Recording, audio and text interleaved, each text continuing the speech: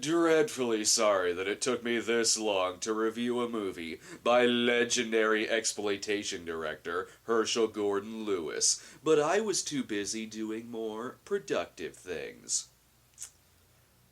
Actually, I wasn't. If I wasn't talking about a talking vag movie, then I was talking about a shot-on shitio movie.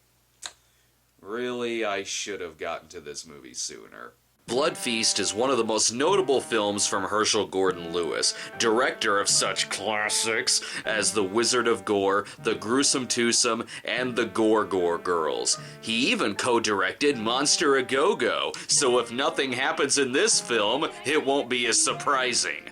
Lewis was sometimes known as the Godfather of Gore, a title also shared by Lucio Fulci.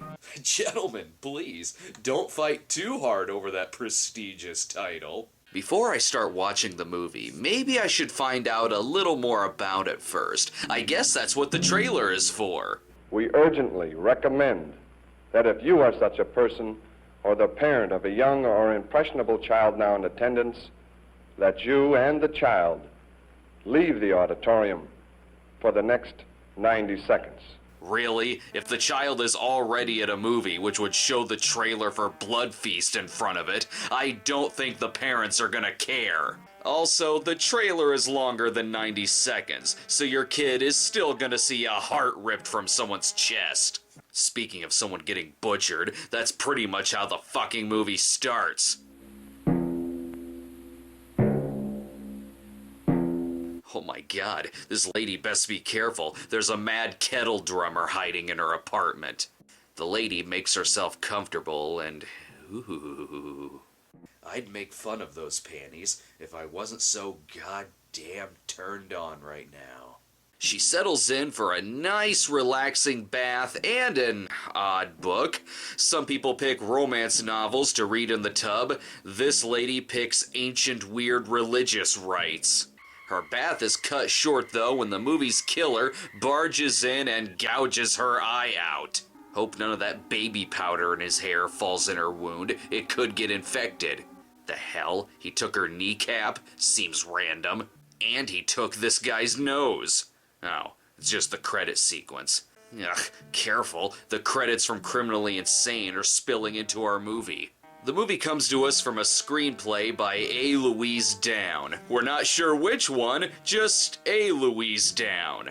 Thankfully, a couple of homicide detectives are hot on the case when they're not trying to come up with an ad campaign for Lucky Strike cigarettes. Wait a minute, that's the guy from the trailer. Hope he didn't bring his kids to this movie. He better make them leave for 90 seconds. This Pat Tracy that we found yesterday, the lab says her heart was cut out. Oh, I see. Her heart was in her knee, I guess. This looks like one of those long, hard ones. No. I fucking hate "that's what she said" jokes. Meanwhile, we see that the killer is Fuad Ramses, owner of an exotic foods catering service, where we see a woman coming in to order a feast for her daughter Suzette's party. I do cater to unusual affairs. Have you ever had an Egyptian feast? Judging from that delivery, I'm guessing the catering service specializes in ham. It has not been served for 5,000 years. Not sure if the close-up on the eyes was really necessary. I already know he's the fucking villain. That close-up just made the scene really awkward.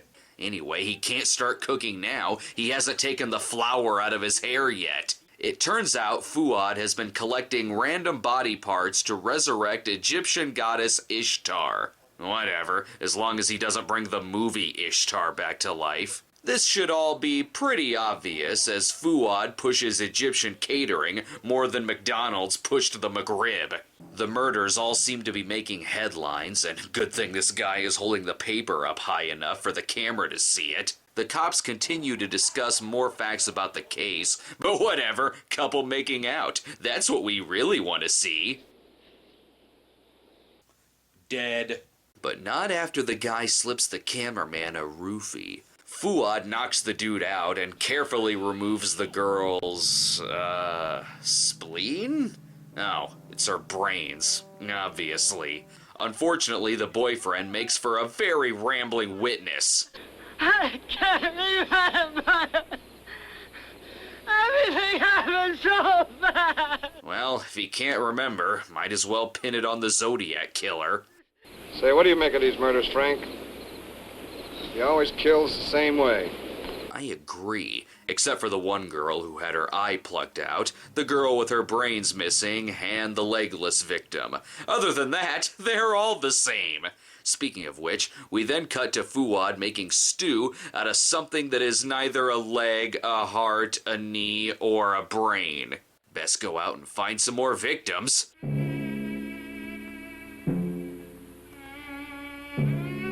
Oh shit, there's those drums again. That means something really repetitive is about to happen. Let's see, what haven't we severed yet? Oh, a tongue! That'll work.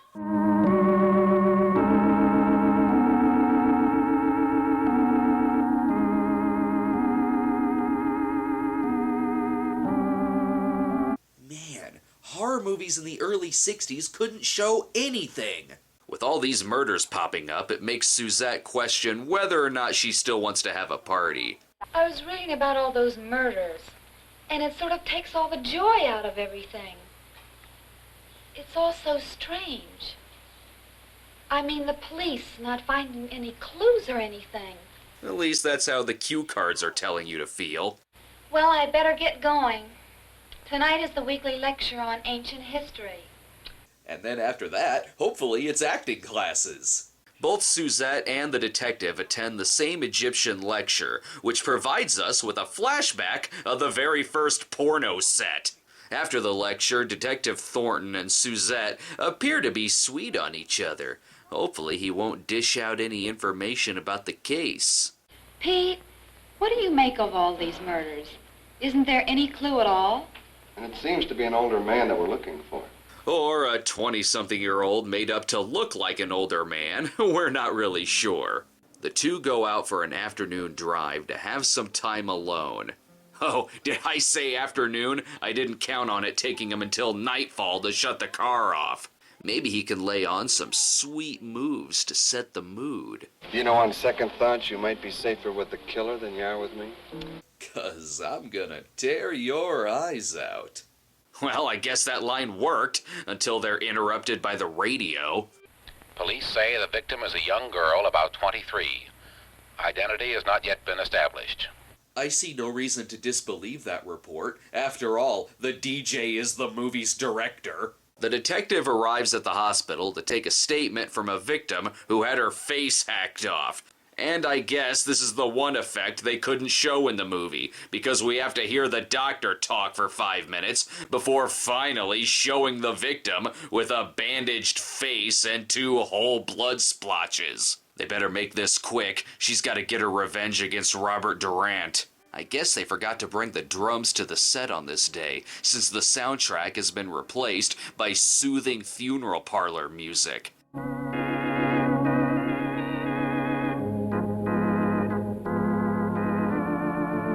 Fuad, however, continues to put his feast together, and the movie must think we'll forget that he worships Ishtar, since it just cuts to her for no reason whatsoever. I can see how easy it would be to forget something in a 67-minute movie. Say, now this part of the movie I like. Oops, forgot to get the whole girl in the shot. Turns out there is more to her than just legs and an ass.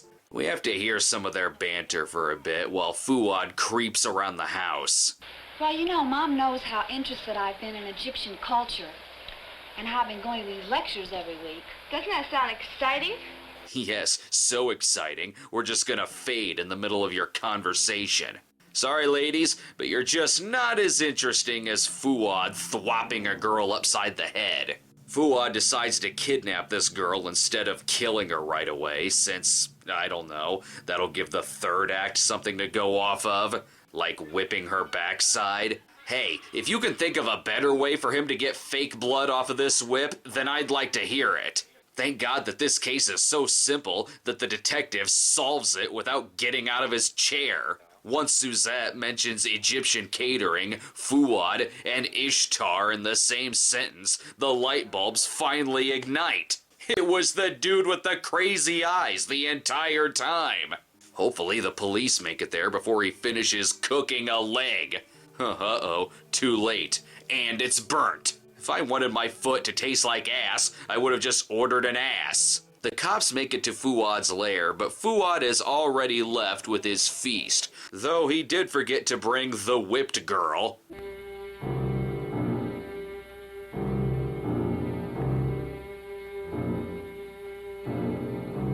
We get it! The movie's bloody! Holy smoke, Frank. We gotta get over to the Fremont house. They're having a dinner party tonight. And Fuad Ramses is the caterer. Fuad Ramsey. Wow, that shocked the acting out of him. Roberts, Nicholson. Harris, get on that phone. Wait, who are you talking to? You're the only two cops who arrived at this scene. Anyways, Fuad brings the feast to the party, but first asks Suzette to partake in an ancient Egyptian ritual before dining on his body parts. This is silly. Dear, please, do not break the heart of an old man. You're my age! He's about to sacrifice Suzette, only she's saved by her mother, who walks in on the two of them. You know, now would be a good time to use your power of hypnotism, which you used in that one scene, and never again afterwards. The cops chase Fuad down the fields, while the detective consoles Suzette. I guess we'll have to eat hamburgers for dinner tonight. Okay, thank God the mother has her priorities straight. Fuad doesn't make it too far as he hides out in a garbage truck, which, oops.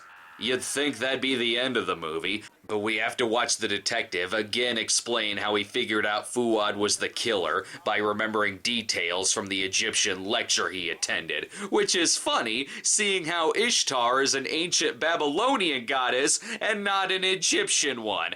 But, you know, details, whatever. Blood Feast is certainly one of the pioneers of exploitation cinema, but regardless if it were a pioneer or a copycat, it's exploitation, so I don't like it. It's part of H.G. Lewis's Blood trilogy, which also includes Color Me Blood Red and 2000 Maniacs. Interesting how it's part of a trilogy that doesn't include its own sequel, which was made almost 40 years later. Yes, you may call this movie a classic or an inspiration to future gore filmmakers, but I side with Variety magazine, who called the film unprofessional. Damn right, because every movie about a serial killer who worships an Egyptian goddess and serves up human remains to customers must be, of all things, professional. Well, the killer must have thought she was dead. It's a miracle she wasn't. Well, she is now.